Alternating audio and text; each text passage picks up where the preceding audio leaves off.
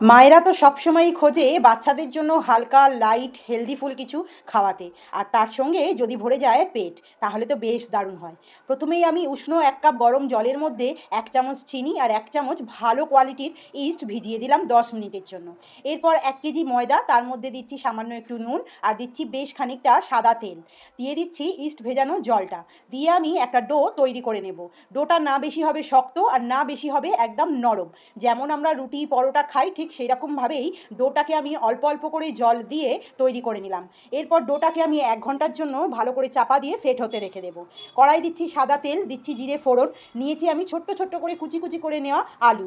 আলু যদি পছন্দ আপনাদের না হয় তাহলে স্কিপ করে যেতে পারেন। এর মধ্যে সয়াবিন বা চিকেনও দেওয়া যায় বা ডিমের ভুজিয়াও দেওয়া যায়, সেটাও কিন্তু বেশ ভালো লাগে। এরপর আমি নিয়ে নিয়েছি ছোটো ছোটো টুকরো টুকরো করে রাখা ফুলকপি।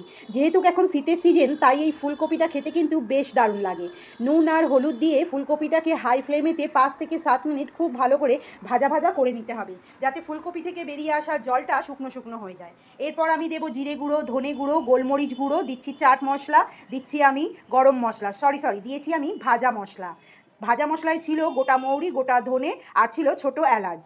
এরপর আমি ভালো করে মশলাগুলো দিয়ে নাড়াচাড়া করার পর 1 চামচ দিয়ে দিলাম সোয়া সস আর 1 চামচ ভর্তি করে দিয়ে দিলাম টমেটো সস। আর তার মধ্যে দিয়ে দেবো এই বাটিটার হাফ বাটি বা 1 বাটির মতো জল, দিয়ে আমি ফুলকপিগুলোকে বেশ ভালো করে নাড়াচাড়া করে নিয়ে ফুলকপিগুলোকে সেদ্ধ করার জন্য একটা ঢাকনা দিয়ে দেবো। 5 থেকে 7 মিনিট হাই ফ্লেমে ভালো করে ফুটিয়ে নিলেই ফুলকপিগুলো খুব ভালোভাবে সেদ্ধ হয়ে যাবে। সব শেষে আমি দেবো চাট মশলা, দেবো আমি ধনেপাতা কুচি। যদি ধনেপাতা পছন্দ না হয় তাহলে এখানে কাসুরি মেথিও বেশ ভালো যাবে। পুরটা আমাদের রেডি হয়ে গেছে, ঠান্ডা করার জন্য রেখে দিয়েছি, আর এখানে 1 ঘন্টা হয়ে গেছে। তো দেখতেই পাচ্ছেন 1 ঘন্টা পর আটাটা কিন্তু বেশ ভালো করে ফুলে একেবারে জালিদার হয়ে গেছে। খুব সুন্দর নরমভাবে আটাটা কিন্তু খুব ভালো সেট হয়ে গেছে। আমি আটাটাকে আবারও একবার বেশ হাতে করে ভালো করে মথে নিলাম আর ঠিক এইরকম বড় বড় করে লেচি করে নিলাম। এরপর সামান্য একটু ময়দা দিয়ে আমি একটা মিডিয়াম সাইজের রুটি বেলে নেব। খুব বেশি পাতলা না আবার খুব বেশি মোটাও না, একদম মিডিয়াম সাইজে একটা রুটি বেলে নিলাম। যে পুরটা রেডি করে রেখেছিলাম সেই পুরটাই আমি আবার এর মধ্যে দিয়ে দিলাম, বেশ সুন্দর করে সাজিয়ে দিলাম। এরপর আমি নিয়েছি জল গোটা রুটিটার ধারের কাছে, যখন আমরা মুড়বো যাতে এটা খুব ভালোভাবে আটকে যায়, তাই তার জন্য গোটা রুটিটার ধারের কাছে আমি দিয়ে দিলাম জল, হাতে করে দিয়ে দিলাম। দিয়ে এবার আমি বেশ ভালো করে এটাকে চেপে চেপে আটকে নিচ্ছি। নিয়ে এবার একটা কাঁটা চামচের সাহায্যে সাইডে একটু ডিজাইন করে দিচ্ছি। একদম হালকা ফুলকা হবে ডিজাইন, দেখতেও সুন্দর হবে, বেশ সুন্দরভাবে তৈরি হয়ে যাবে। তো রেডি হয়ে গেছে আজকে আমাদের একটা স্ন্যাক্স। তো এরপর আমি কড়ায় তেল ব্রাশ করে নিচ্ছি। কড়াটাকে খুব ভালো করে গরম করে নিয়েছি।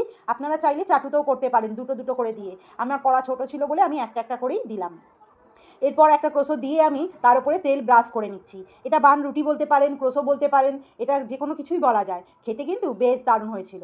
এবার একটা একটা করে এক পিঠ হয়ে গেলে আর এক পিঠের জন্য উল্টে আবারও ঢাকনা দিয়ে দেবো। ঢাকনা দিয়ে দুটো পিঠই করে নেব। এর মধ্যে তেলও লাগবে কম আর ওপরটা হবে ক্রিস্পি, বেশ সুন্দর নরম মতো হবে, খেতেও হয় কিন্তু বেশ সুন্দর, বেশ ক্রিস্পি মতো হয়েছে। রেডি হয়ে গেছে আজকের আমাদের ভাজা বান, সেঁকা বান বা ক্রোসো, যেটা খুশি বলতে পারেন। ভালো লাগলে একটা লাইক আর কমেন্ট করে পাশে থাকবেন।